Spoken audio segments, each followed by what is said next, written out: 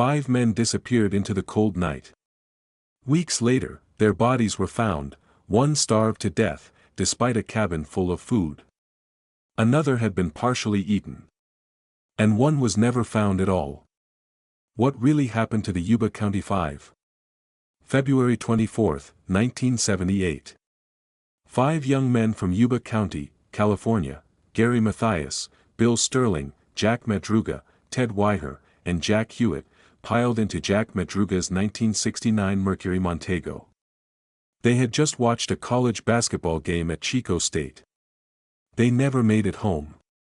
These weren't ordinary college students. All 5 were known to have mild intellectual disabilities or mental health conditions.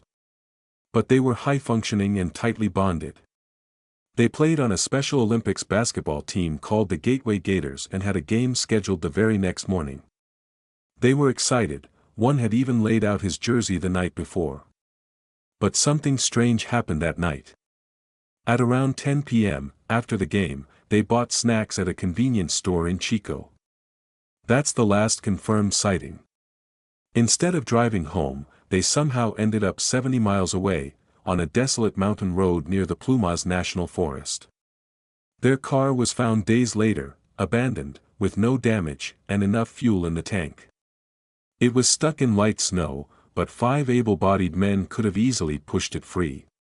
Yet they left it. Then came the thaw. Months later, in June, the search party found a U.S. Forest Service trailer, 19 miles from the car.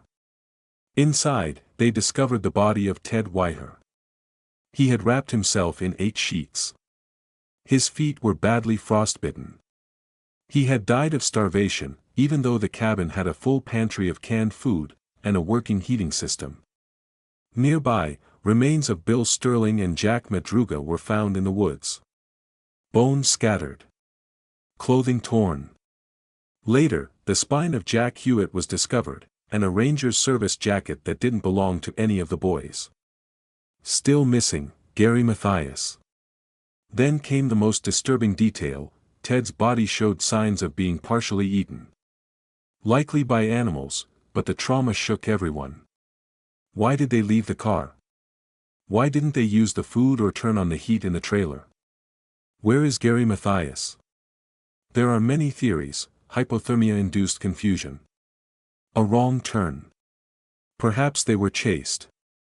Some believe Gary Mathias, a diagnosed schizophrenic and Army veteran, may have led them astray, or escaped and vanished. One theory claims they saw something, or someone, in the woods that night. Something that made them run. To this day, no one knows what truly happened to the Yuba County Five. If stories like this leave you speechless, you're in the right place. Subscribe for more deep dives into real-life mysteries. This is QuickCase.